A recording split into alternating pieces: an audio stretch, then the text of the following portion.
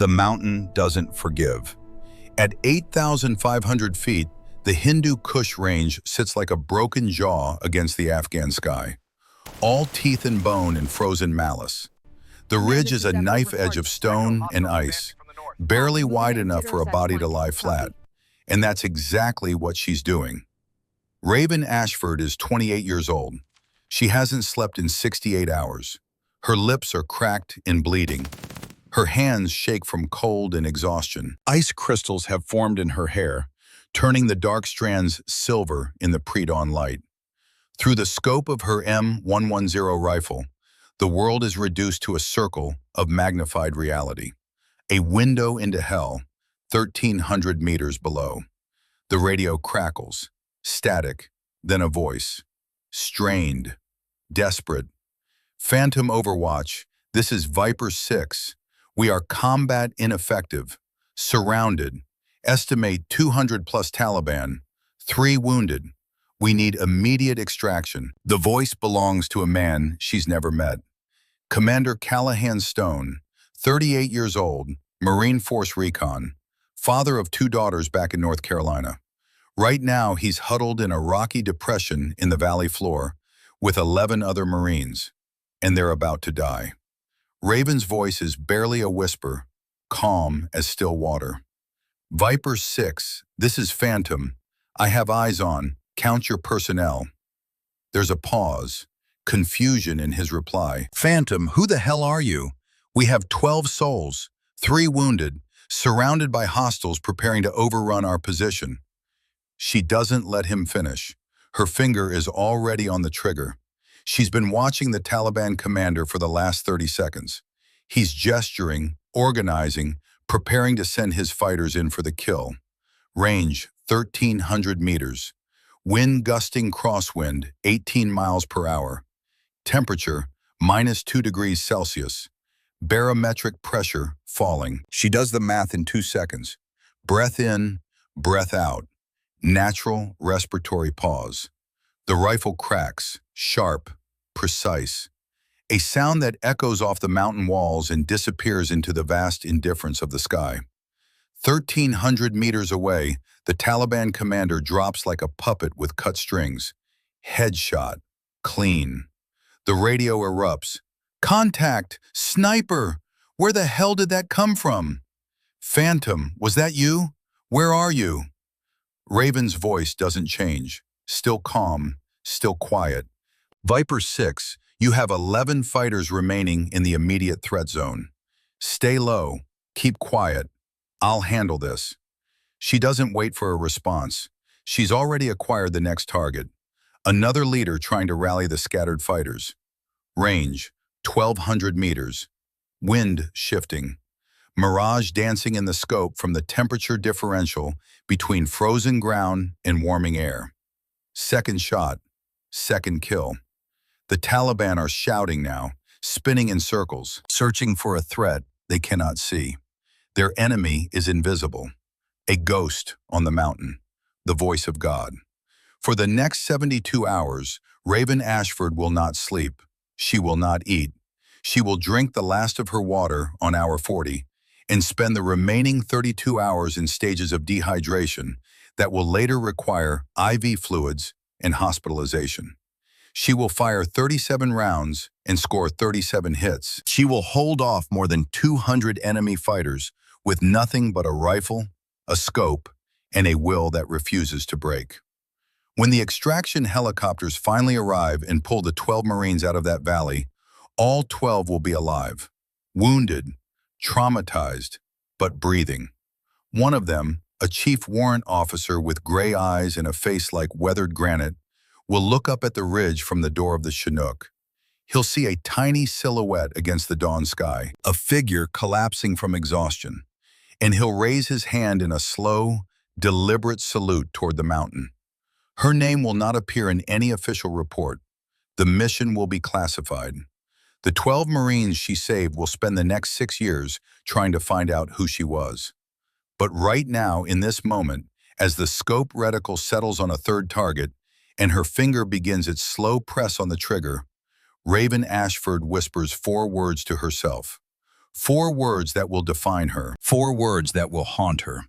4 words her father taught her when she was 6 years old. Excellence whispers, "Daddy." The rifle cracks again. Text appears on screen. White letters on black. 72 hours. 12 Marines saved. 1 shooter. This is her story before anyone knew her name. 6 years later. The Mojave Desert is a furnace. It bakes the earth. It bleaches bones. At 107 degrees Fahrenheit, the air itself becomes a physical force, pressing down on everything, distorting vision, making the distant mountains shimmer and waver like a mirage. The range known as the Cauldron sits in the heart of the Fort Irwin National Training Center, a vast expanse of sun-scorched concrete and sun-blasted sand designed for one purpose: to separate the truly skilled from the merely competent. Today, it hosts the annual Joint Special Operations Command Precision Rifle Symposium. Nearly 200 of the military's finest marksmen have gathered here. Army Rangers, Green Berets, Marine Raiders, Force Recon Operators, Air Force Special Tactics, the best of the best.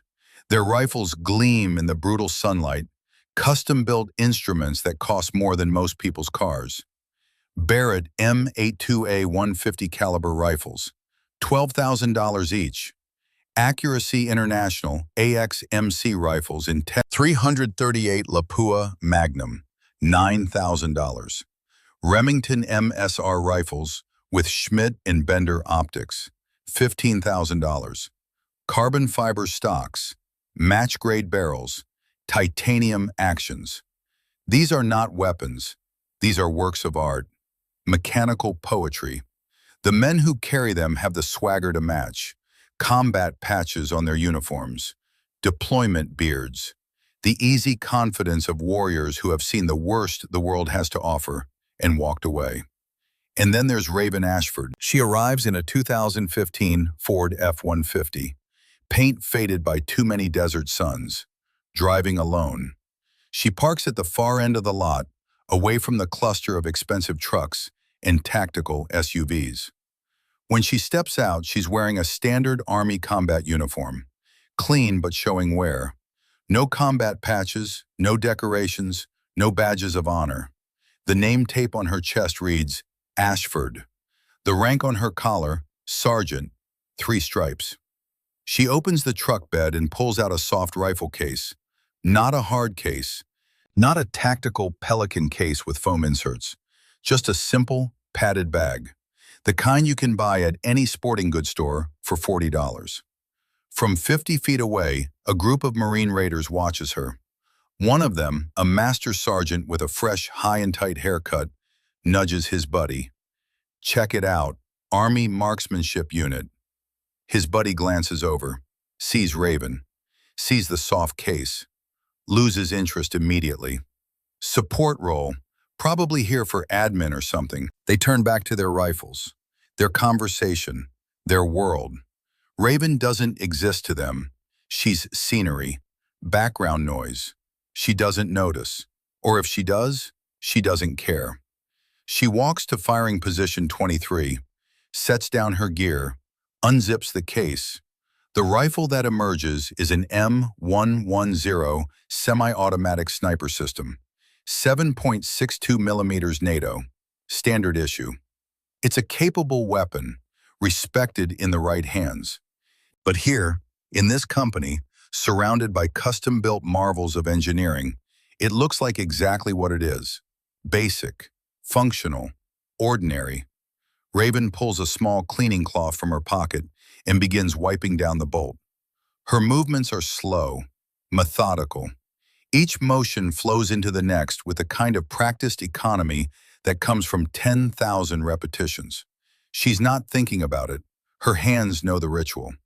Oil the bolt, check the extractor, inspect the firing pin. Inside the rifle case, tucked into a side pocket, there's a photograph. Worn, creased, the edges soft from years of handling. Colonel Garrett Ashford, Marine dress blues, Medal of Honor ribbon on his chest. Eyes the same gray-green as his daughter's. A slight smile. The kind of smile that suggests he knows something you don't. Raven doesn't look at the photograph, doesn't need to. She sees that face every time she closes her eyes. 30 feet away, Master Sergeant Thorne Pierce is holding court. Thorne is 39 years old, 6'2" of Marine Corps muscle and swagger. He has a voice that carries, a laugh that booms, a presence that demands attention. His rifle, resting on a custom shooting mat, is a work of art. A precision-built masterpiece chambered in .338 Lapua Magnum. The stock is carbon fiber. The barrel is stainless steel, hand-lapped and cryogenically treated. The scope is a Schmidt Bender 5 to 25 power with a price tag that could buy a used car. He's surrounded by a small audience, other shooters, Marines mostly, but a few Army Rangers, a couple of Green Berets. They're laughing at something he said. Thorne has that gift, the ability to command a room, or in this case, a firing line. He glances over at Raven, sees her kneeling by her gear, sees the M110, sees the soft case. His eyes light up with opportunity. "Hey fellas," he says, loud enough to carry. "Y'all see that? Army brought a museum piece." The laughter starts. Not cruel, not yet. Just the easy mockery of men who know they're on top of the hierarchy. Raven doesn't look up. She inserts a magazine into the rifle's well. The click is crisp, precise, a small sound of mechanical perfection. She continues her work. Thorne takes 3 steps toward her. His audience follows. Now there are 8 men standing around, and Raven is the center of attention whether she wants it or not. "That little thing," Thorne says, his South Carolina accent thick and syrupy. "Sweetheart, you'd be better off throwing rocks." The laughter is louder now. A couple of the men exchange glances. One shifts uncomfortably but doesn't say anything. The group dynamic has momentum. Nobody wants to be the one to break it. For the first time, Raven's hands pause. Just for half a second. Her fingers stop moving on the rifle. Then they resume. Steady, deliberate. She still doesn't look at him. The lack of reaction frustrates Thorne. He's used to getting a response. Anger, embarrassment, something. The silence is an insult. "I'm serious, darling," he says, louder now. "That pea shooter might work on a flat range in perfect conditions. But out here, in the real world, you're outgunned before you even start." More laughter. One of the Rangers shakes his head, grinning. A Green Beret crosses his arms, watching, waiting to see how this plays out. Raven sets down the rifle. She picks up a small torque wrench, the kind used for precision work. She begins checking the scope rings. Her expression is neutral. Not angry, not embarrassed, not intimidated, just focused. It's the face of someone completely absorbed in a task. The outside world, with all its noise and pettiness, simply does not exist. 400 yards away, in the observation tower, General Theodore Blackwell lowers his binoculars. He's 59 years old, 4 stars on his collar, commander of the Joint Special Operations Command. His face is weathered, lined with the kind of creases that come from decades of hard decisions and harder consequences. His hair is silver gray, cut military short. His posture is ramrod straight, even when he's alone.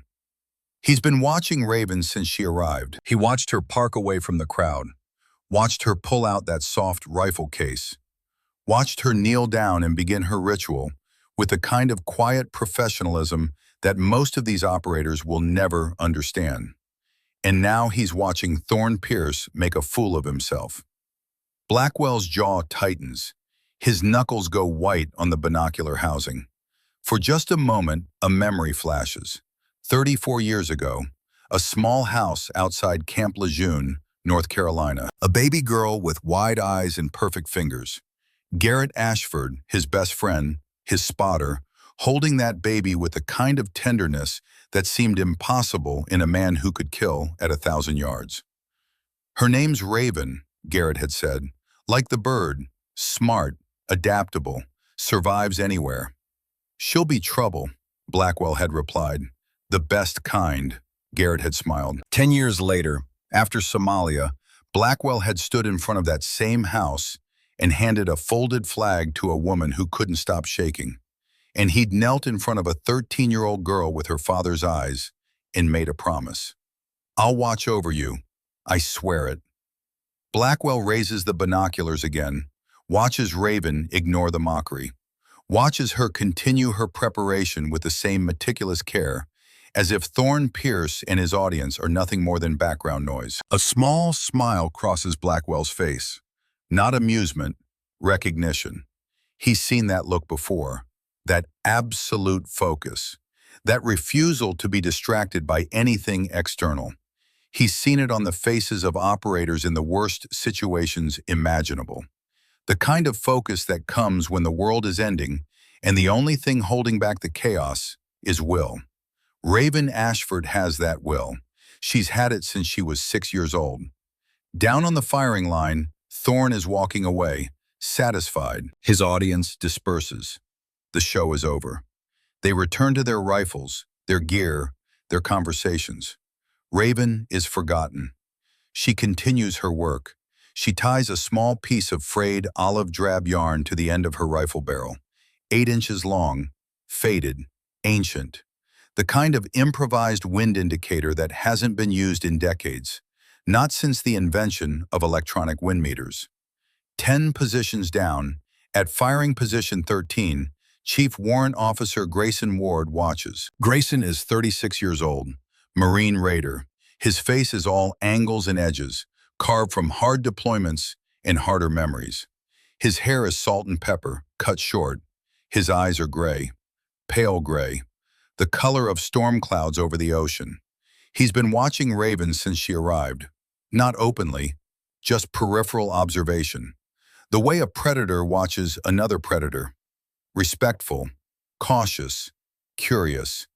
He sees the yarn on her barrel and something clicks in his memory. He's seen that before. Not recently, years ago. But where? He watches the way she tests the yarn, the way it flutters in the slight breeze, the way she reads it, interpreting the movement like reading a language. He watches her pull out a small, spiral-bound notebook, opens it, pages and pages of handwritten data, wind patterns, mirage behavior, elevation corrections, temperature coefficients, ballistic data accumulated over years, maybe a decade. He watches her posture, the way her shoulders sit, perfectly square, relaxed, but ready. Zero tension. The mark of someone who has spent so many hours behind a rifle that the position is as natural as breathing. Grayson sets down his coffee, slowly. His full attention is on her now. He recognizes something. Not her, he's never met her. But he recognizes the language she's speaking. The silent language of true mastery. It's the same language he speaks. The same language that all real professionals speak, regardless of service or unit or rank. She's not a support role, not admin. She's a shooter, a real shooter. And that rifle, that standard issue M110 that Thorne mocked, is about to teach a lot of very confident men a very hard lesson. Grayson leans back, crosses his arms, and waits. The public address system crackles to life. The voice of the Rangemaster, a grizzled Army Sergeant Major with 30 years of experience, echoes across the cauldron. All shooters, listen up. We are green for the final event, the Serpent's Tooth. Report to the firing line for briefing in 5 minutes. I say again, 5 minutes. A ripple goes through the assembled shooters. Conversations pause. Men straighten. The Serpent's Tooth is the reason most of them are here. It's the final test, the impossible challenge, the one that separates legends from everyone else. Raven closes her notebook, slides it back into her pack. She stands, stretches briefly, and walks toward the gathering crowd at the center of the range. Thorne is already there, front and center, rifle in hand. His audience has reformed around him. They're talking about the challenge, running calculations, arguing about wind calls and elevation holds. Confident, Loud. Raven stops at the edge of the crowd, doesn't push forward, just stands, listens. The range master steps up onto a small platform. He's holding a clipboard. His face is sunburned, deeply lined. He looks like he was carved from the same rock as the mountains behind him. All right, listen close. I'm only saying this once. The crowd quiets. The serpent's tooth consists of 7 targets, ranges from 800 meters to 2,000 meters. You'll engage them in sequence. You have a 10-minute time window from your first shot. Wind in the valley is variable, 6 to 18 miles per hour. Direction changes with the thermals. If you can't handle that, withdraw now. No shame. He pauses, looks around. 8 shooters immediately step back. Their rifles can't reach 2,000 meters. They know it. Better to withdraw with dignity than fail publicly. Targets 1 through 6 are standard. Steel plates, 12 inches to 18 inches. Partially obscured by terrain. You'll need to read the mirage. Wind is your enemy. Another pause. He looks at his clipboard. Target 7, 2,000 meters. That's 2,187 yards, 1.24 miles. The target is a 12-inch steel plate, white painted. At that range, with this wind, most of your rifles are at the absolute edge of their capability. Some are beyond it. Bullet drop will be in the neighborhood of 600 inches. That's 50 feet. Wind drift could be 20 inches or more. Mirage will lie to you. Thermals will betray you. The crowd is dead silent now. Everyone is doing the math in their heads. Everyone is checking their dope cards, their ballistic calculators. This is not a shoot for score, the range master continues. This is a test of capability, of discipline, of whether you can make the impossible shot when it matters. Questions? Nobody speaks. Good. Sign-up sheet is on the table. We'll run shooters in order. First shooter in 10 minutes. He steps down. The crowd surges toward the table. Thorn is first. Of course he's first. He picks up the pen and signs his name with a flourish. Big, bold letters. Master Sergeant Thorn Pierce, USMC. He sets down the pen and turns to his audience, grinning. That's why you bring a real cannon to a gunfight, boys. Laughter, backslaps, confidence. And then, through the crowd, Raven Ashford steps forward. She doesn't push, doesn't shove, just waits patiently for a gap, then moves through it. She picks up the pen. The laughter dies. Every eye is on her. She writes in small, precise handwriting. The same handwriting from the notebook, the same handwriting her father used 34 years ago when he kept his own data book in the mountains of Somalia. Sergeant R. Ashford, USA. She sets down the pen, turns, walks back to position 23. For 3 full seconds, nobody moves. Nobody speaks. Then Thorn laughs, but it's different now. There's an edge to it, uncertainty. Well, bless her heart, he says, loud enough for everyone to hear. At least she's got spirit. A few of the men chuckle, nervous, unsure. But Grayson Ward, standing at the back of the crowd, is not laughing. He's watching Raven walk away, watching the set of her shoulders, the calm in her stride. And he's remembering something from 6 years ago. A voice on a radio in the darkest moment of his life. Calm, steady, fearless. Stay low, keep quiet, I'll handle this. No, it can't be, can it? Grayson's eyes narrow. He looks at Raven, really looks at her. The way she moves, the way she breathes, the way she exists in her own space, untouched by the noise around her. And for the first time in 6 years, a question forms in his mind. A question that makes his heart beat faster. A question that makes his hands shake just slightly. Could she be Phantom? 10 minutes later, the crowd has formed a semicircle around the firing line. Thorn Pierce is in position, prone, rifle deployed on its bipod. His spotter, a fellow Marine with a high-powered spotting scope, is beside him. The rangemaster's voice. Shooter ready? Ready, Thorn calls back. Stand by. 3, 2, 1. Commence firing. Thorne's first target is at 800 meters, an 18-inch steel plate partially hidden behind a berm. He finds it in his scope, dials the elevation, checks the wind. His spotter, wind right to left, 8 miles per hour, hold right edge. Thorne breathes, in, out, squeeze, boom. The rifle's report is enormous, a massive concussive blast that echoes off the mountains. The recoil pushes his whole body back. Downrange, the electronic scoring system pings. Target 1, hit. The crowd murmurs approval. Thorne works the bolt, smooth, fast. He's good, nobody can deny that. Target 2, 1,000 meters. He finds it, adjusts. Boom, ping. Target 2, hit. He's moving fast now, confident. The rifle is an extension of him. He flows through the targets. 3, 4, 5, 6. Each shot is a demonstration of skill. Each hit is confirmation of his place at the top of the hierarchy. Time remaining, 3 minutes, 12 seconds. Now comes target 7, 2,000 meters, the impossible shot. Thorne settles into his position. His breathing slows. His spotter is on the spotting scope, reading the wind with a Kestrel electronic wind meter. Wind variable, 11 miles per hour, quartering right. Wait, gust from the valley, 16 miles per hour. No, shifting again, back to 12. The wind is chaos, a living thing, unpredictable. Thorne dials in his elevation. 58 minutes of angle. He holds for wind, 4 minutes right. Breath in, breath out. Hold, squeeze.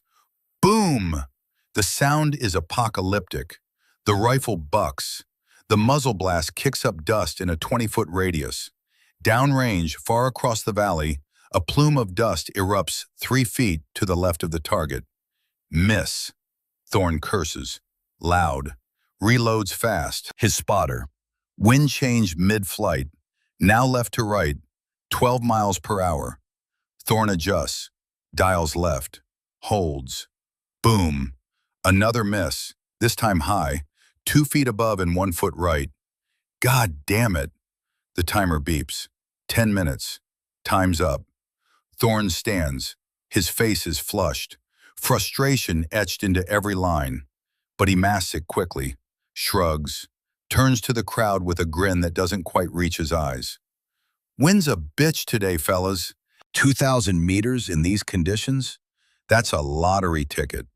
The crowd nods, sympathetic, understanding. It's the wind. Always the wind. Nobody can fight the wind. Thorne walks off the line.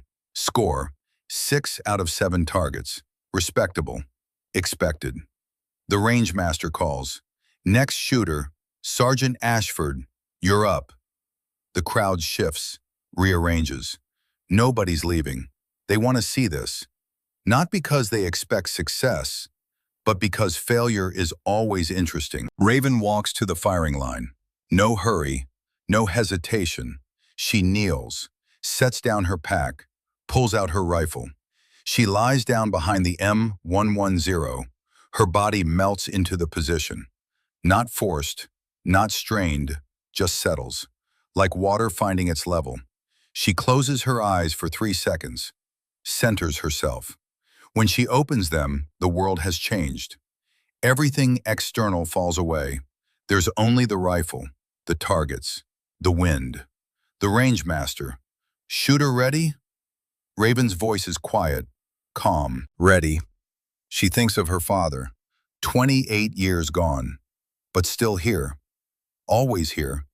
She whispers, so quiet that nobody else can hear. For you, Daddy. Excellence whispers. Stand by. 3, 2, 1. Commence firing. Target 1, 800 meters. Raven's breathing is slow, rhythmic. 8 seconds in, 8 seconds out. The same pattern her father taught her when she was 6 years old. When the wooden rifle became a real one. when the backyard became the range, when childhood became preparation. Through the scope, she watches the mirage, watches the heat waves dance across the valley floor. The air shimmers like water, lies like a politician.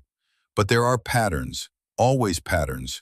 You just have to know how to read them. She waits for the mirage to stabilize.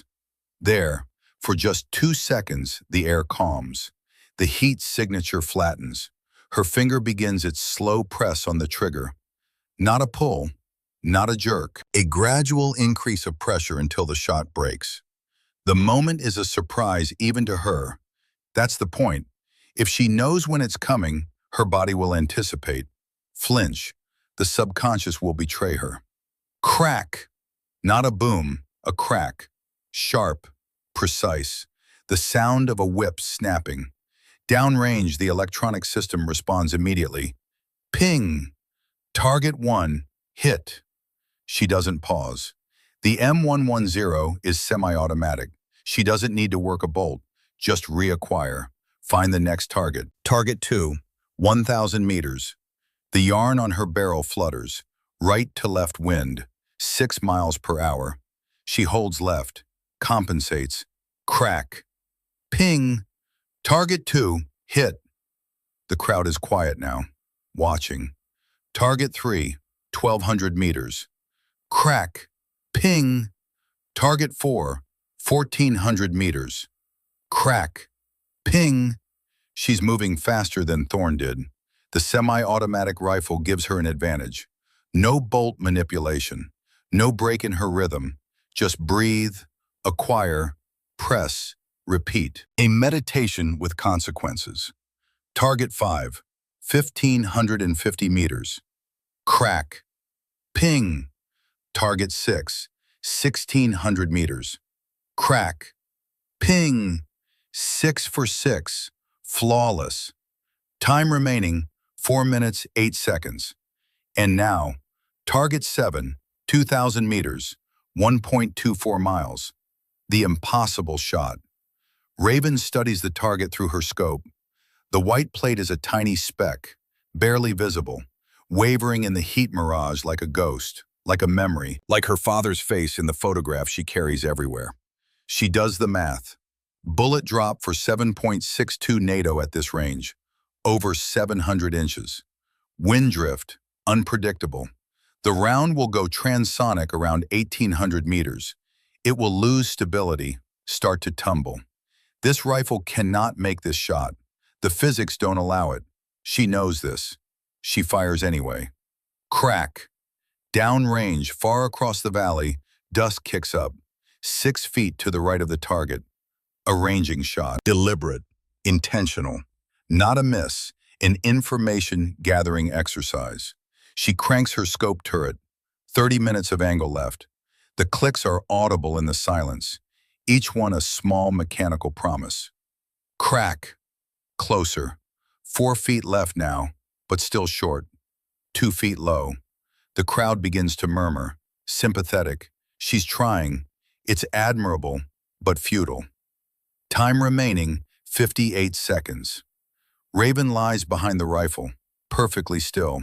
She can feel her heartbeat, can feel the pulse in her fingertips, can feel the earth rotating beneath her. She knows she cannot make this shot with this rifle. She knows it. And yet, there's a sound. Footsteps on concrete, heavy boots, walking toward her. The crowd parts. Grayson Ward steps through. In his hands, he carries his rifle. An M110 SAS Enhanced, the upgraded version, bigger, more powerful. Chambered in .300 Winchester Magnum instead of 7.62 NATO, capable of reaching distances that Raven's rifle can only dream of.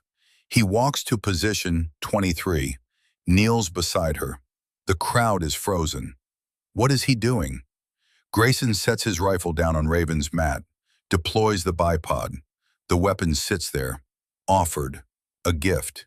He reaches into his pocket, pulls out a single brass cartridge, hand-loaded, match-grade, the best ammunition money and skill can produce. Each component selected individually, each measurement precise to the thousandth of an inch. He places it beside the rifle, and then he speaks. His voice is low, gravelly, respectful. "Use this, Sergeant Major." The crowd gasps. Sergeant Major. She's wearing sergeant stripes, 3 chevrons, not the complex insignia of a sergeant major, not the rank that commands battalions and advises colonels. What did he just say? Thorne Pierce's face goes pale. Confusion spreads through the assembled shooters like wildfire. Raven looks up at Grayson. Their eyes meet, and in that moment, a memory surfaces.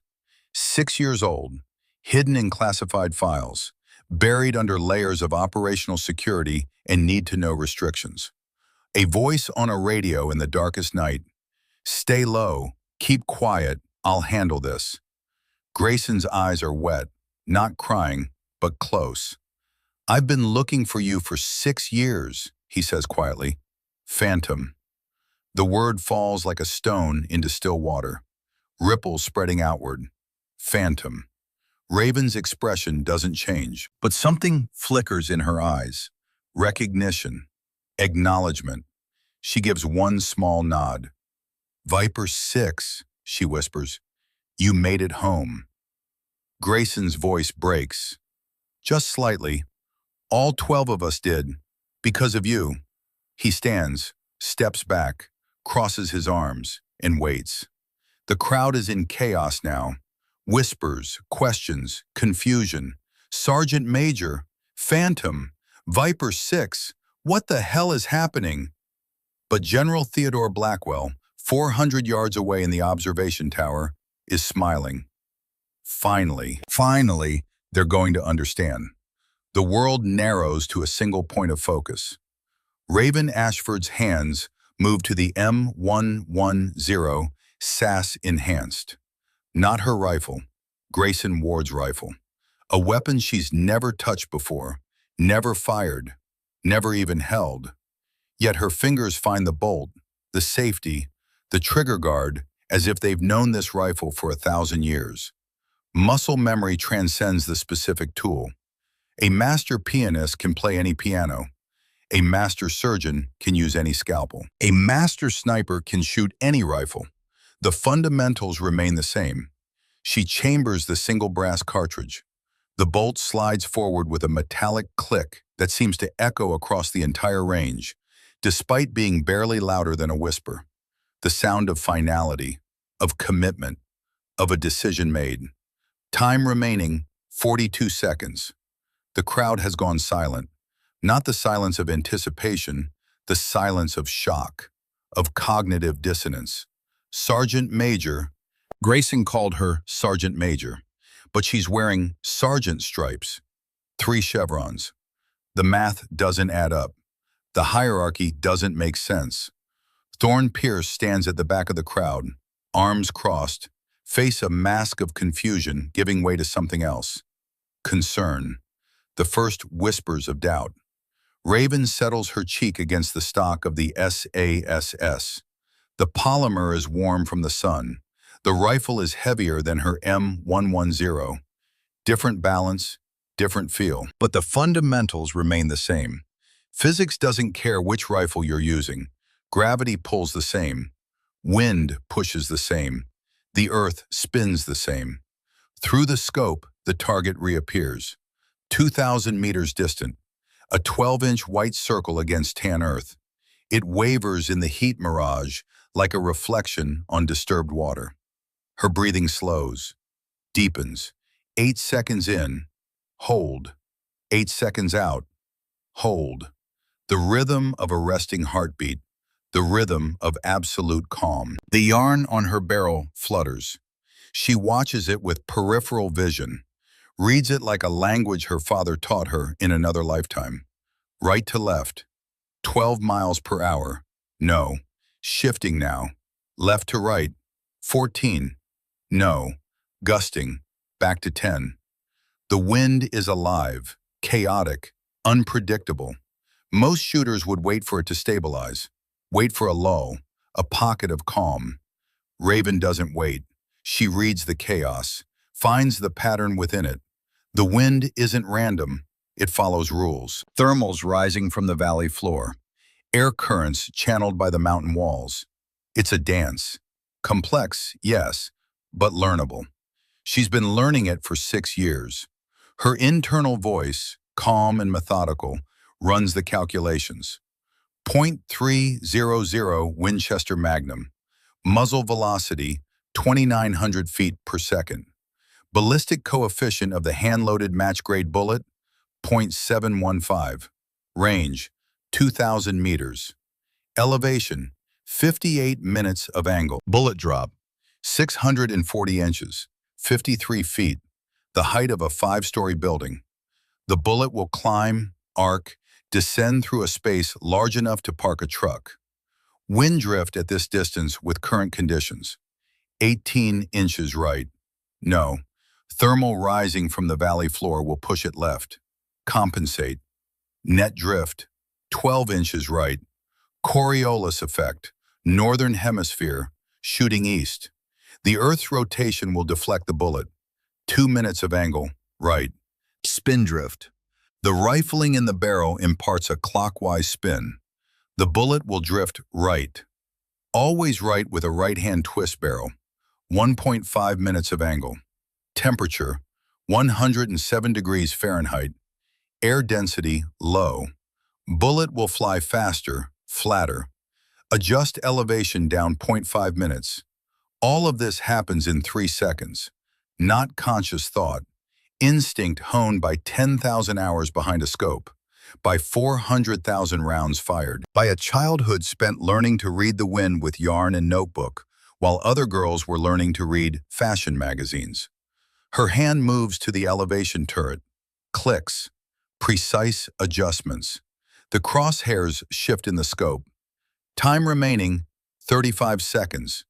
She finds her natural respiratory pause. That moment between breaths where the body is perfectly still, where the heartbeat quiets, where the rifle, the shooter, and the earth become one unified system. Her finger begins its press on the trigger. Slow, gradual, constant pressure. She doesn't know when the shot will break. That's the point. If she knows, she'll flinch, anticipate. The subconscious will betray her. The trigger is a surprise, even to her. She thinks of her father, 28 years gone, but here, always here. Excellence whispers, Daddy. The rifle fires. The sound is different from the M110, sharper, more authoritative. The recoil is heavier, a firm shove against her shoulder. But she rides it, doesn't fight it, becomes part of it. Through the scope, she watches. 3.2 seconds. The world holds its breath. The bullet leaves the barrel at 2,900 feet per second. It climbs, arcs, reaches its apex 85 feet above the line of sight, begins to descend. The copper-jacketed projectile is spinning at 180,000 revolutions per minute. A tiny gyroscope fighting to maintain stability. At 1,800 meters, it goes transonic, breaks the sound barrier in reverse. The shock wave causes it to wobble, destabilize. For a fraction of a second, it's a coin spinning in the air, ready to tumble. But the hand-loaded bullet is perfectly balanced. The rifling was perfect. The launch was perfect. It holds. The wind catches it, pushes right. Then a thermal from the valley floor pushes left. The forces cancel. The bullet continues on its path. 2,000 meters downrange, the white steel plate waits. Raven watches through the scope, doesn't blink, doesn't breathe. The bullet is a tiny, dark speck, visible only because she knows exactly where to look. It descends, converges, arrives. The sound comes 3.2 seconds after the shot, a distant metallic clang that rolls across the valley like thunder. Clear, unmistakable, final. The electronic scoring system, designed with a slight delay to account for the speed of sound at this distance, announces in its synthesized female voice, Target 7, hit, center mass, time elapsed, 9 minutes 58 seconds. Silence. Not the silence of anticipation, not the silence of shock, the silence of disbelief, The silence of 100 assumptions shattering simultaneously.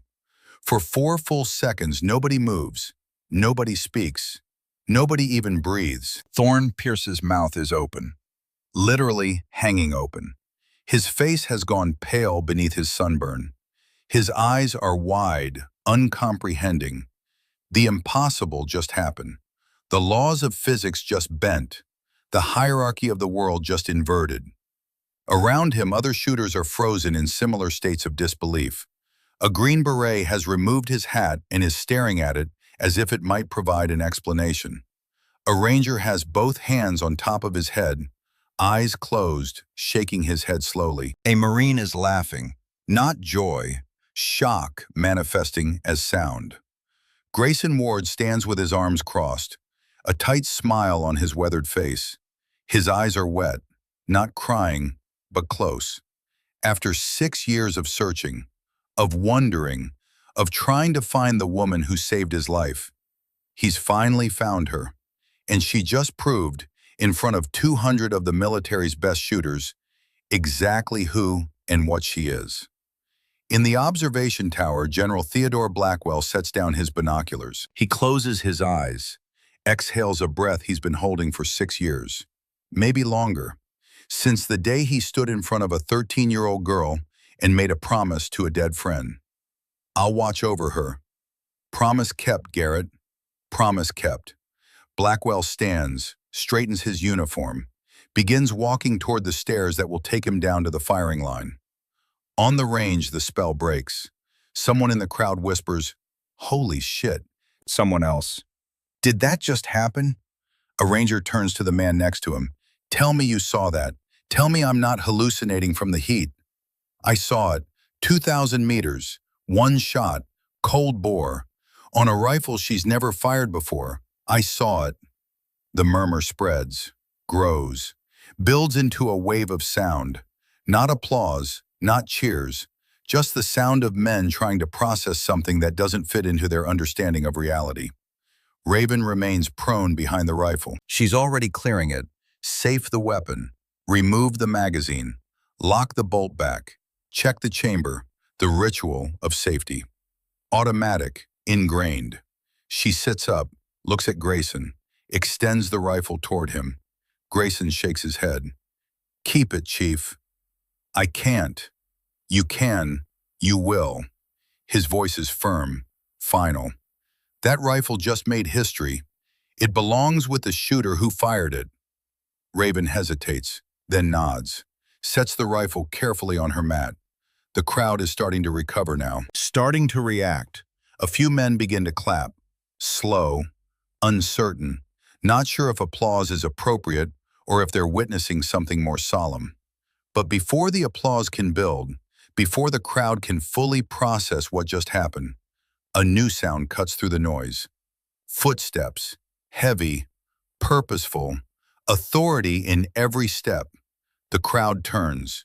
General Theodore Blackwell is walking across the active firing line. Range masters move to intercept him. Protocol demands it. The range is hot. Targets are still active. A 4-star general has no business walking into a live fire area. Blackwell raises one hand, a gesture of absolute command. No words necessary. The range masters stop, step back. Every eye on the range follows the general. 200 shooters, 20 range staff, all watching. Blackwell walks past Grayson Ward first. Stops. Their eyes meet. Blackwell gives a single, slow nod of approval. "Well done, Chief Ward." Grayson's voice is rough, thick. "Just gave her the right tools, sir. She did the impossible part." "Indeed she did." Blackwell continues walking. His path takes him directly past Thorn Pierce. He stops, looks at the Marine Master Sergeant, doesn't speak. The silence between them is heavier than words. Blackwell's eyes hold disappointment. Not anger, disappointment. The kind a father shows a son who should have known better. The kind that cuts deeper than any reprimand. Thorn can't meet his gaze, looks down. His face flushes, shame mixing with confusion. Blackwell holds the look for 5 seconds, then continues walking. He stops in front of Raven Ashford. She's starting to rise, coming to attention. Proper military protocol when a general officer approaches. Blackwell raises his hand. "As you were, Sergeant Major." The words hit the crowd like a physical force. Sergeant Major, there it is again, from a four-star general. Not a mistake, not a slip of the tongue, deliberate, intentional. Raven settles back, kneeling, waiting. Blackwell doesn't speak to her, not yet. Instead, he turns to face the assembled crowd, all 200-plus men, the finest shooters in the United States military. Rangers, Marine Raiders, Green Berets, Force Recon operators, Delta Force operators whose presence isn't officially acknowledged. The best of the best. His voice, when he speaks, isn't loud, doesn't need to be. It carries the weight of 4 decades of command, of hard decisions and harder consequences, of authority earned through blood and sacrifice. "For the last 3 days," he begins, his voice like gravel rolling down a mountain, "I have heard a lot of talk." Pause. Let it sink in. "I have seen a lot of expensive rifles." Another pause. His eyes sweep the crowd. "I have witnessed a lot of pride." The word hangs in the desert air, heavy, accusatory. "Some of it earned." Pause. "Most of it not." A few men shift uncomfortably. Nobody speaks. "We come to these symposiums for a purpose, to test our skills, to push the limits of our craft, to learn from the best." Blackwell's voice hardens, goes cold. "But we also come to learn humility, to understand that skill isn't measured in dollars spent or equipment carried, to remember that the most dangerous weapon on any battlefield isn't the rifle." He taps his temple. "It's this, and what this commands." He gestures toward Raven without looking at her. "You see this, Sergeant? You see her standard-issue rifle. You see her lack of expensive gear. You see her lack of fanfare. And you made assumptions." The word is sharp, cutting. "You judged the book by its cover, didn't even bother to read the first page." Blackwell's posture shifts, goes formal, parade ground straight. "Let me read it for you." His voice rises, projects, every word precise. "This is Sergeant Major Raven Ashford, United States Army. Serial number, classified." The crowd ripples, shock spreading outward like a wave. Sergeant Major is an E9, the highest enlisted rank, a position of immense responsibility and respect. Command Sergeant Majors advise battalion and brigade commanders. They are the senior enlisted advisors, the voice of experience, the keepers of standards. And she's wearing sergeant stripes. Why? Blackwell continues. His voice is steel now. "The long-range engagement doctrine that you all studied to qualify for this symposium, the manual you memorized, the formulas you calculated." Pause. Let them remember their studies. She didn't study them. Pause. She wrote them. Gasps, audible gasps from the crowd. Field Manual 32210, Chapter 7, High-Altitude Wind Correction Formulas, Thin Atmosphere Ballistic Compensation, Temperature Coefficient Adjustments. Blackwell's eyes are hard, unforgiving. Written by Sergeant Major Ashford, based on field data collected during Operation Enduring Freedom, validated through combat application, signed in blood and brass on a frozen mountain while saving the lives of 12 men. He pauses, lets the weight settle. 12 men you would all call heroes. The silence is absolute now. Not a sound, not a breath. Blackwell turns slightly, looks at Raven. When he speaks again, his voice has changed. The steel is still there, but underneath it something else. Respect, pride, almost paternal. Afghanistan, Korangal Valley, October 2018, 6 years ago. And with those words, he takes them back to the mountain, back to the darkness, back to the moment when 12 Marines faced death, and one woman held it back with nothing but a rifle and an unbreakable will. A 12-man Marine reconnaissance team was compromised, Blackwell says. His voice carries across the silent range like a sermon. Ambushed by over 200 Taliban fighters. 3 wounded, no cover, no extraction possible. Weather had closed in, no air support, no quick reaction force. They were alone, surrounded, combat ineffective. Blackwell's voice drops, quiet now, forcing the crowd to lean in, to listen. For 72 hours they were hunted. For 72 hours they held that position against impossible odds. Pause. They survived because of one sniper, one guardian angel on a ridge 1 mile away. He looks at Grayson. For 3 days and 3 nights she held back an army, never sleeping, never eating, rationing water that ran out after 40 hours, firing in conditions that would make today's challenge look easy. Blackwell's voice rises again. Every time the enemy massed for an assault, a shot would ring out from the heavens and their leader would fall. The crowd is motionless, transfixed. The enemy called it the voice of God. They thought they were being hunted by a demon, by a curse. They broke. They fled, abandoned the siege. 200 fighters scattered by one shooter they never saw, never located, never engaged. He turns back to the crowd. That demon, that voice of God, he points at Raven, was a 28-year-old sergeant named Raven Ashford. The revelation lands like an artillery shell. Men step back, physically step back, as if the information has mass, weight, physical force. Blackwell isn't finished. The extraction team found her collapse from exhaustion and dehydration, hypothermic, frostbite on her fingers. She'd been firing for so long in such cold that she damaged the nerve endings in her trigger finger. His voice goes quiet again, reverent. She spent 2 weeks in a field hospital.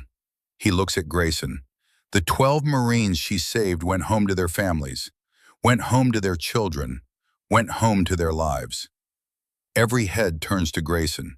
He stands straight, doesn't hide. Tears are running openly down his face now. He doesn't wipe them. Chief Warrant Officer Grayson Ward was one of those 12. Blackwell's voice cracks, just slightly, just enough to show he's human. He spent 6 years searching for the woman who saved his life, trying to find Phantom Overwatch, trying to say thank you. Pause. Today he found her. Grayson steps forward, comes to attention, renders a slow, perfect salute toward Raven. Raven, still kneeling, returns it. The moment hangs, frozen, sacred. Then Blackwell does something that will be remembered for the rest of these men's lives. He comes to attention, perfect posture, shoulders back, chin level, eyes forward, and a 4-star general, commander of Joint Special Operations Command, renders a slow, crisp, heartbreakingly respectful salute to a non-commissioned officer kneeling on the ground.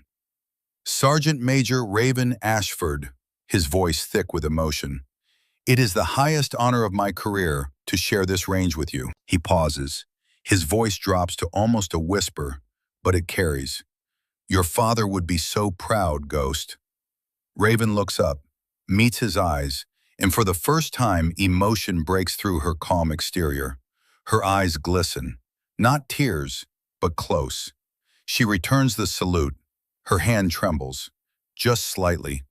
They hold the salute, General and Sergeant, 4 stars and 3 chevrons, separated by rank, united by respect. 5 seconds, an eternity. Then Blackwell drops his salute. Raven drops hers, and the crowd erupts. Not polite applause, not golf clap respect. A roar, a wave of sound, shouting, whistling. Grown men, hardened warriors, cheering like children at a championship game. Standing ovation, every single shooter on their feet, clapping until their hands hurt. Some have tears running down their faces. Some are laughing. Some are just shaking their heads in wonder. Thorne Pierce stands at the back, not clapping, not moving. His world has been inverted. Everything he thought he knew about hierarchy, about status, about what makes a warrior great has just been shattered. He looks at his expensive rifle, his custom gear, his pride, and he feels small. Blackwell turns back to the crowd, raises one hand. The applause dies instantly. That's the power of command. "Gentlemen," he says, "today you received a masterclass, not in shooting, in humility, in respect, in understanding that true excellence doesn't announce itself, it demonstrates itself." He looks around, making eye contact, ensuring every man feels the weight of his words. The Ashford family, 2 generations of ghosts. Colonel Garrett Ashford saved 6 Marines in Somalia. Sergeant Major Raven Ashford saved 12 Marines in Afghanistan. He pauses, looks at Raven.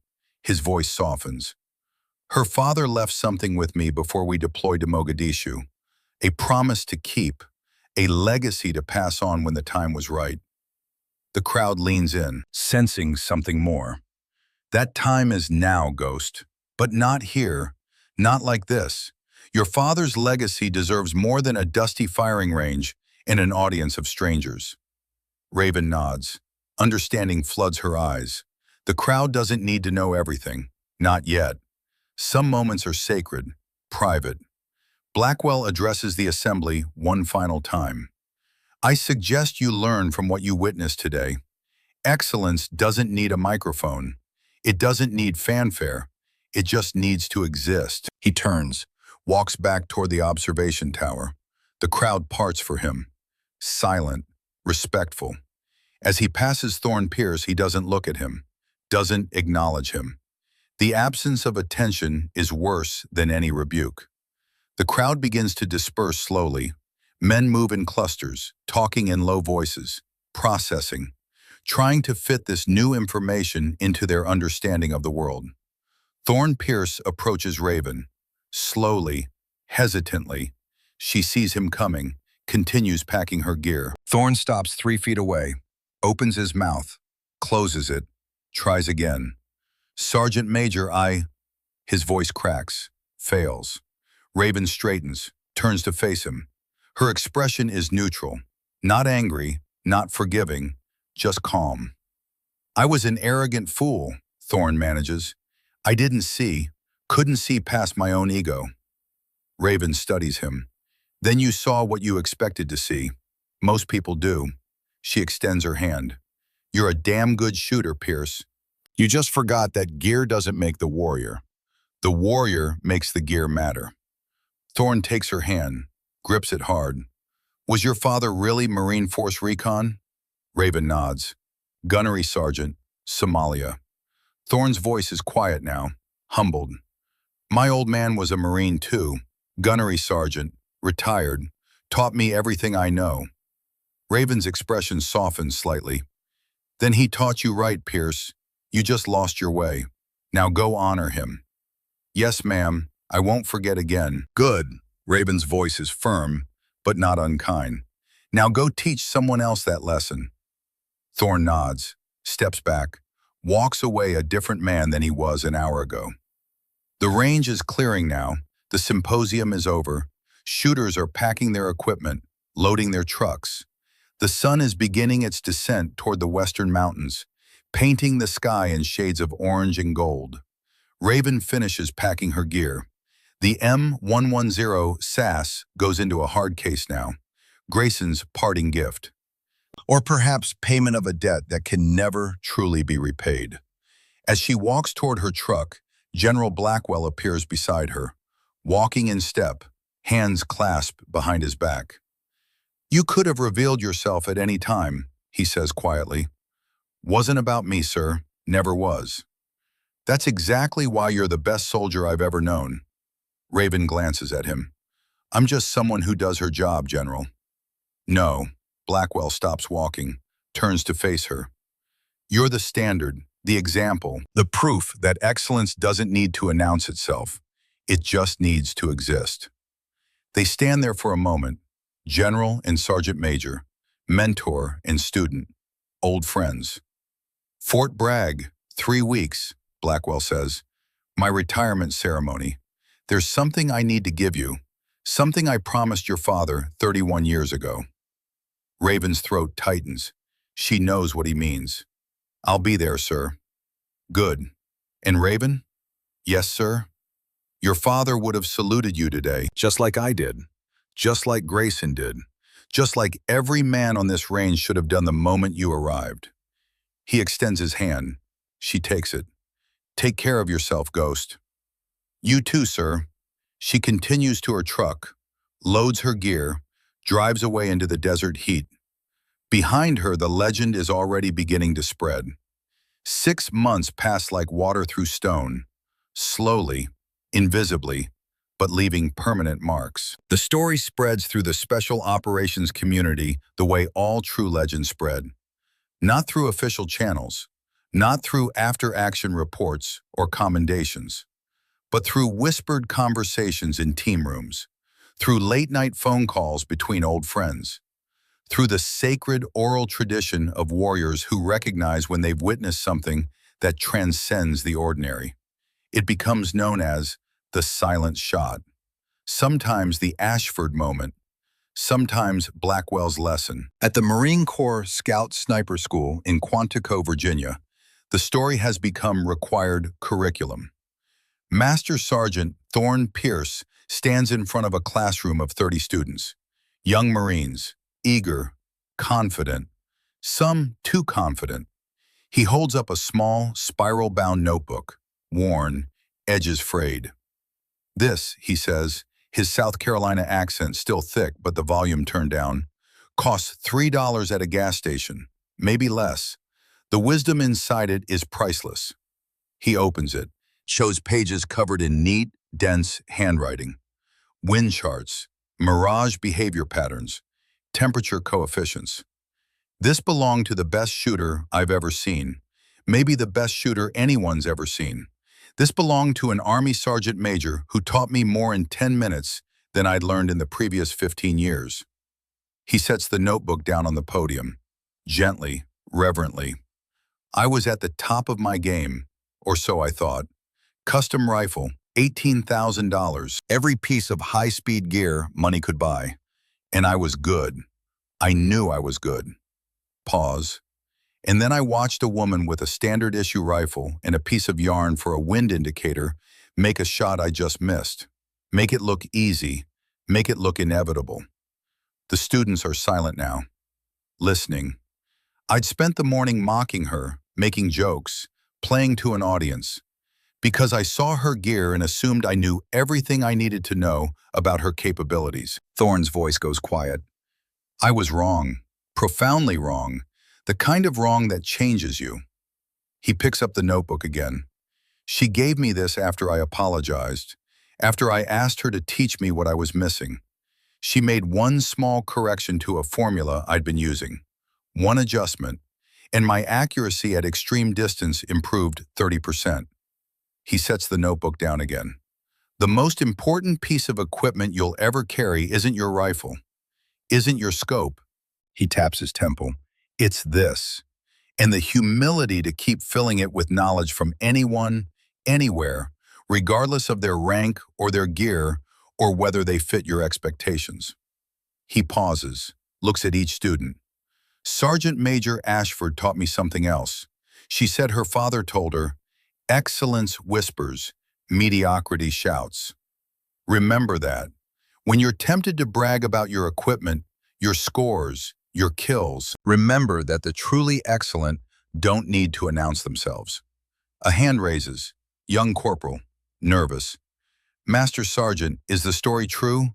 The 2,000-meter shot? Thorne smiles. Small, genuine. Every word. I was there.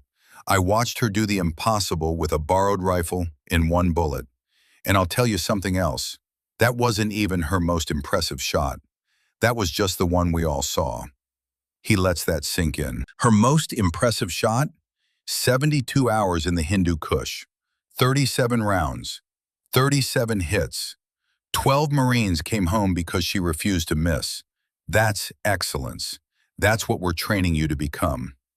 The students sit straighter, the weight of the legacy settling on their shoulders. At the Marine Raider Training Center at Camp Pendleton, California, another piece of the legend is being preserved. In the main hallway sits a glass display case. Inside it, mounted on custom brackets with museum-quality presentation, is a rifle. M110 SAS Enhanced, semi-automatic sniper system, chambered in .300 Winchester Magnum. The metal shows wear. The stock has scuff marks. It's been used hard. A brass plaque beneath it reads, "The Silent Shot, 2,000 meters. Sergeant Major Raven Ashford, USA, Fort Irwin, California, June 2024. Loaned by CW03 Grayson Ward to SGM Ashford for one shot." She kept the rifle. He kept his life. A fair trade. Below that in smaller text, the Ashford family, 2 generations of ghosts saving Marines. Colonel Garrett Ashford, Medal of Honor, Somalia 1993, 6 Marines saved.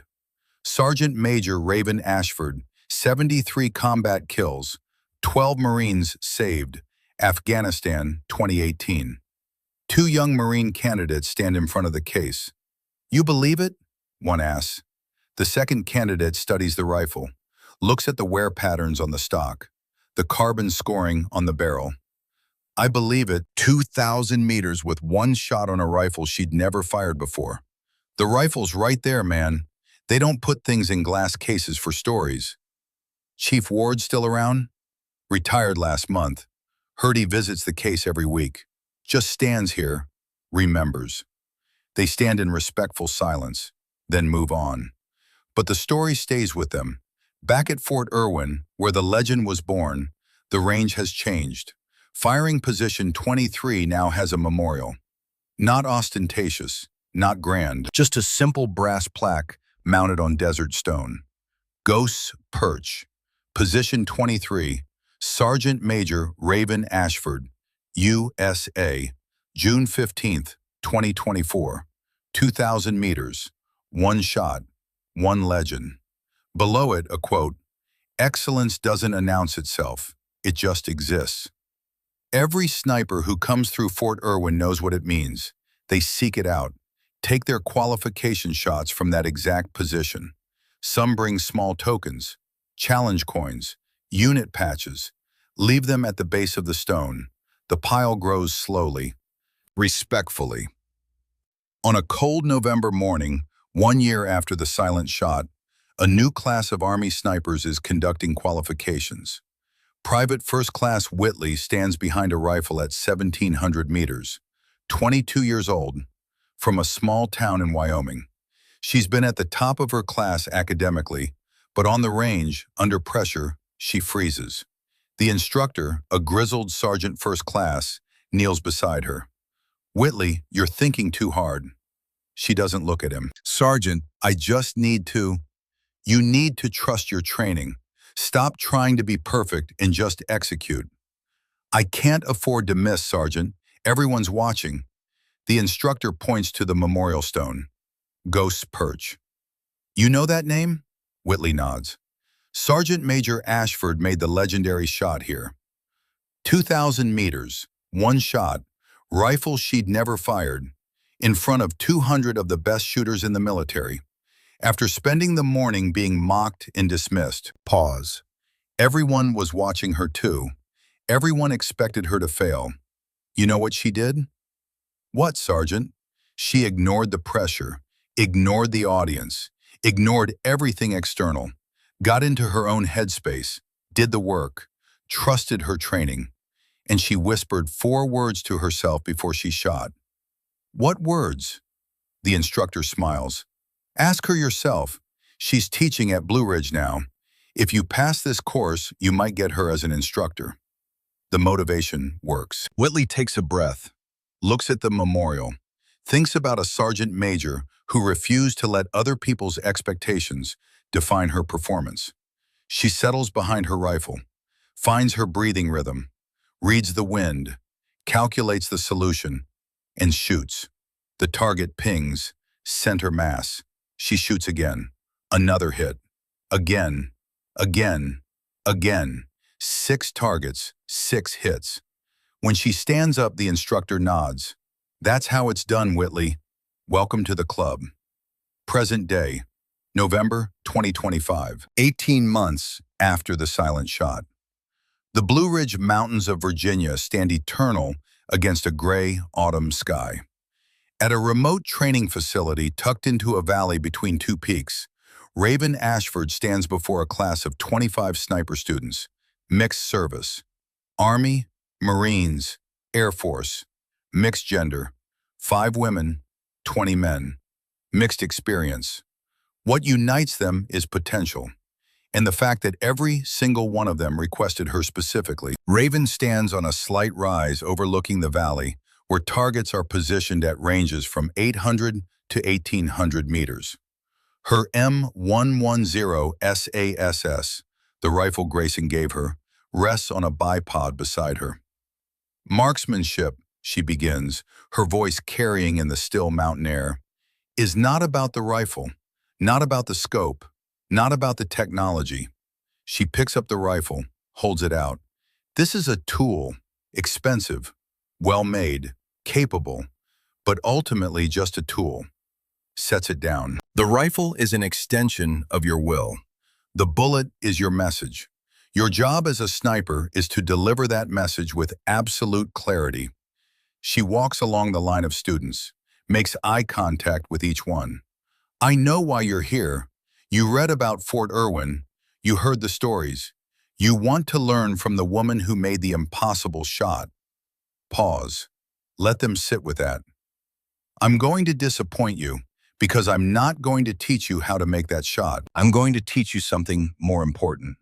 Confused looks, whispers. I'm going to teach you how to make every shot before that one. The 10,000 hours of practice, the 400,000 rounds fired, the failures, the adjustments, the discipline to do the work when nobody's watching. She stops, centers herself. That shot at Fort Irwin, that wasn't talent, that wasn't luck. That was the result of 28 years of preparation meeting one moment of opportunity. That's what excellence is. A young male student, cocky, raises his hand. Sergeant Major, I've been shooting since I was 6. Won state competitions. I'm a natural. Raven stops, looks at him. What's your name, Specialist? Brennan, Sergeant Major. You think you're a natural shooter, Brennan? Yes, Sergeant Major. I've always had a gift for it. Raven nods slowly. Interesting perspective. Tell me something, Brennan. Do you think I'm a natural shooter? The student hesitates, senses a trap, but his confidence carries him forward. Based on your reputation, Sergeant Major, I'd say yes. Wrong. The word is flat, final. I'm not a natural anything. I've fired approximately 400,000 rounds in my career. I've spent over 10,000 hours behind a scope. I've logged wind data in 67 different geographic locations. I've failed more shots than you've attempted. She walks closer to him. My father started teaching me when I was 6 years old, not because I had talent, because he had discipline. And he taught me that excellence is built, not born. Her voice softens slightly. You have potential, Brennan. I can see it. But potential means nothing without work, without humility, without the willingness to be wrong 1,000 times so you can be right when it matters. She addresses the whole class again. Every single one of you will fail during this course. You will miss shots you should make. You will make mistakes. You will have moments where you doubt whether you belong here. Pause. Those moments are where you become a sniper. Not on the shots you make, on how you respond to the shots you miss. One of the female students raises her hand. Private First Class Whitley, the one from Fort Irwin. She requested transfer to this course specifically. Sergeant Major, what if people doubt us? What if they don't think we belong? Raven's expression changes. Recognition. She remembers this question because she asked it herself once. She walks over, kneels beside Whitley. You were at Fort Irwin, position 23. Whitley's eyes go wide. Yes, Sergeant Major, I qualified there. 6 for 6. I know. Your instructor sent me the report. 1,700 meters. Under pressure. Perfect score. Raven stands. Addresses the whole class but speaks to Whitley. Let me tell you something that took me years to learn. Other people's doubt is not your burden to carry. Your only job is to be so undeniably good at what you do that their doubt becomes irrelevant. She pauses. Not by arguing, not by defending yourself, but by demonstrating excellence so consistently that reality forces them to change their opinion. Raven picks up her rifle again. Let me show you something. She moves to a prone position. The students gather around, watching. Raven settles behind the rifle. The familiar ritual. Breathing slows. Body relaxes. Mind sharpens. Target at 1,400 meters. Wind left to right, 8 miles per hour. Gusting to 12. Temperature 51 degrees. Humidity 62%. Barometric pressure 29.8.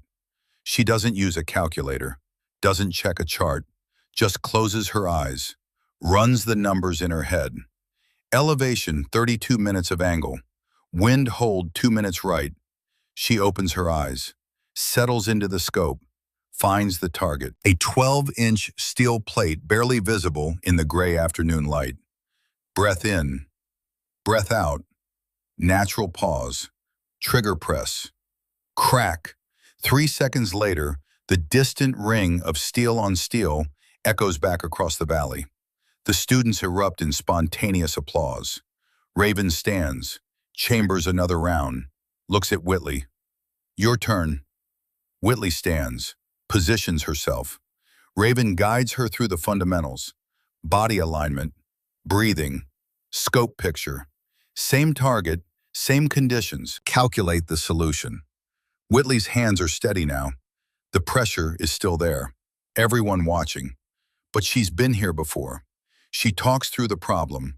Wind speed, direction, range, temperature. Raven corrects nothing. Whitley has it right. I'm ready, Sergeant Major. Then send it.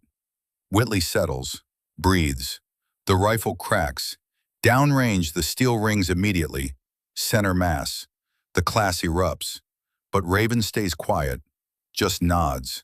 Approval without fanfare. That's how it's done, she says simply. Excellence doesn't need applause. It just needs to exist. 3 weeks later, Fort Bragg, North Carolina. The parade ground is filled with hundreds of soldiers, dress uniforms, spit-shine boots, the pageantry of military tradition. Raven stands in formation with other senior, non-commissioned officers. Dress blues, all her ribbons and badges on display. The Afghanistan deployment patch she normally doesn't wear. Today, she wears it. The speeches are predictable.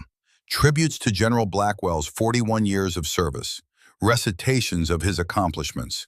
Secretary of Defense is here, 2 senators, the Commandant of the Marine Corps. But then Blackwell takes the microphone for his final address. In 4 decades of service, I've met thousands of warriors, Rangers, Marine Raiders, Special Forces, pilots, infantry, every type of soldier you can imagine. Pause. But only a handful truly embody what it means to be a professional. To serve without seeking glory. To excel without demanding recognition. To lead by example rather than by position. He looks directly at the formation where Raven stands. One of those soldiers is here today. Most of you don't know her name. She prefers it that way. But I know. And before I leave this uniform, I have a promise to keep. Raven's heart rate increases. She keeps her eyes forward. This is it. What he mentioned at Fort Irwin. Sergeant Major Raven Ashford, would you please step forward? Every head turns. Whispers ripple through the formation. Senior officers lean toward each other. Who is she? Raven steps out of formation, marches to the center of the parade ground, comes to attention in front of Blackwell. He salutes her. She returns it. Then he does something unusual. He removes his cover, sets it aside. This is no longer a general speaking. This is a friend, a brother in arms. fulfilling a promise. 31 years ago, Blackwell says, his voice carrying across the parade ground, I deployed to Somalia with my best friend, Gunnery Sergeant Garrett Ashford, Marine Force Recon, the finest Marine I ever knew.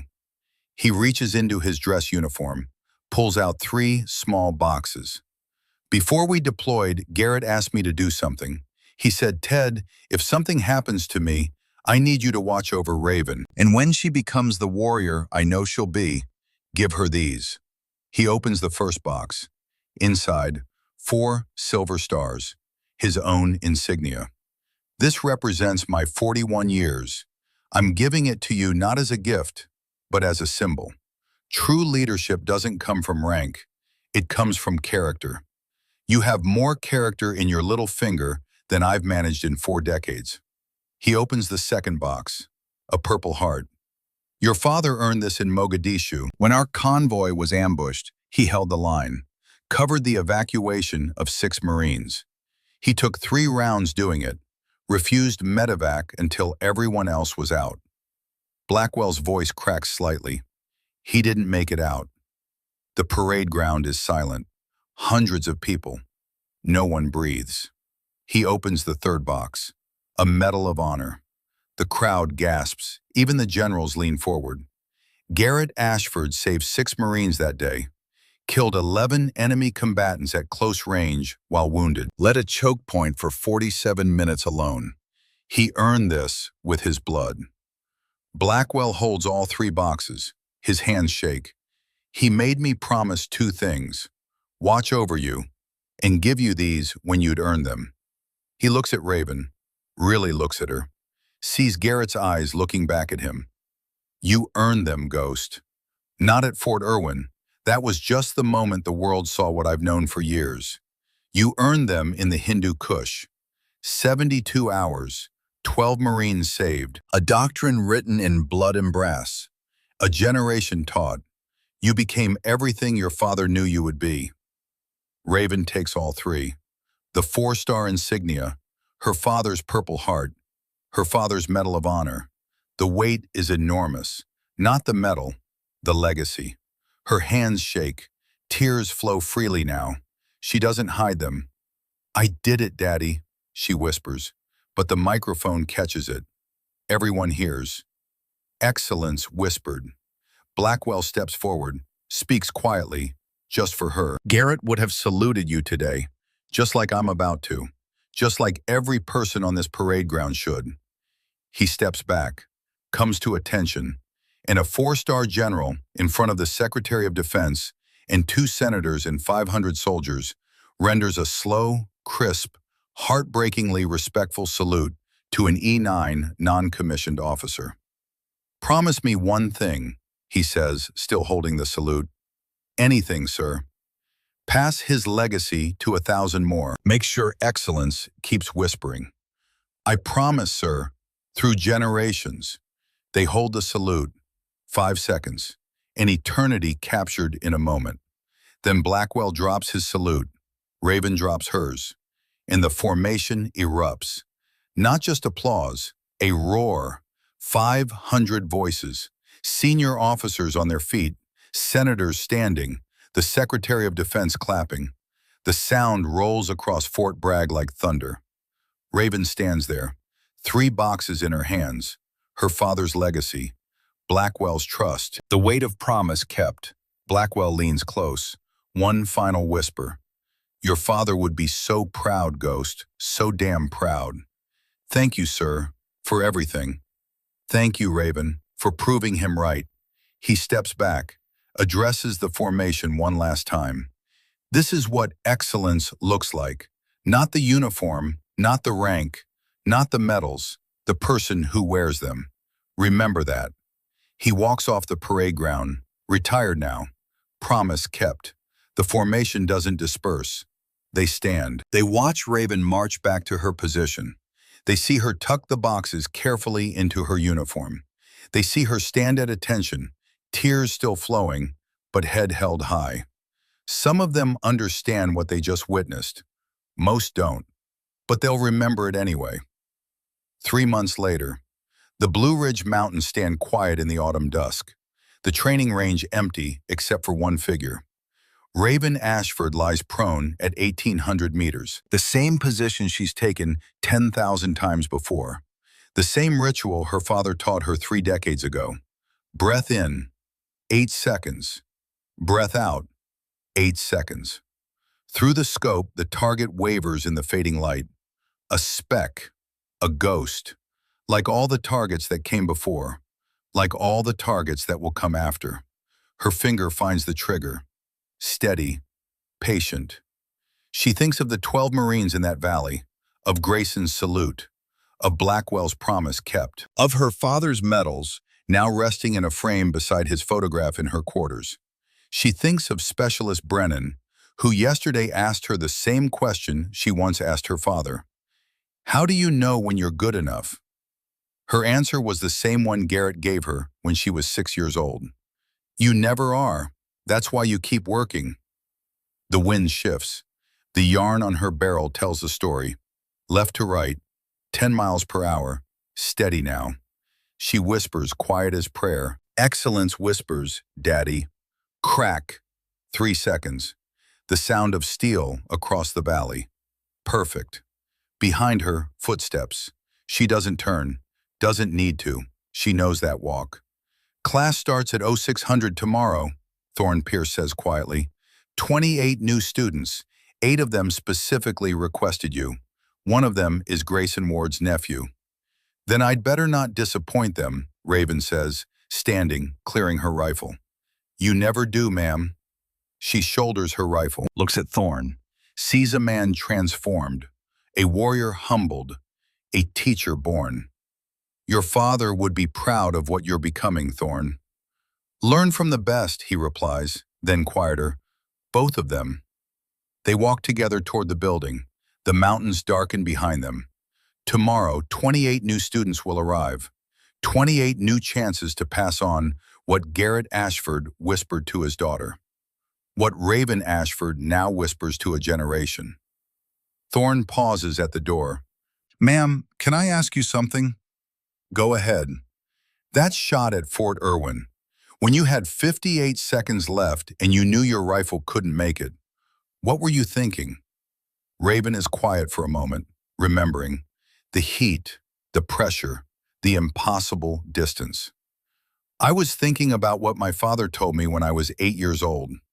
I just failed a shot, 500 meters. Wind got me. I was crying, furious at myself. What did he say? He said, Ghost, excellence isn't about never failing. It's about what you do when failure is the only option physics gives you. He taught me that sometimes you take the impossible shot, not because you think you can make it, but because you refuse to accept that you can't. She looks at Thorne. Grayson gave me the tool, but the will to use it? That came from a man who died 31 years ago, but never stopped teaching me. Thorne nods slowly, understanding. That's what we're doing, isn't it? We're passing on the ghosts, making sure they keep whispering. Yeah, Raven says, that's exactly what we're doing. They enter the building. The door closes behind them. Outside, the stars emerge. The same stars that shine over the Hindu Kush. The same stars that watched a young woman hold back an army with nothing but will and a rifle. The same stars that will watch tomorrow when new students arrive. And Sergeant Major Raven Ashford teaches them that the most important weapon they'll ever carry isn't made of metal.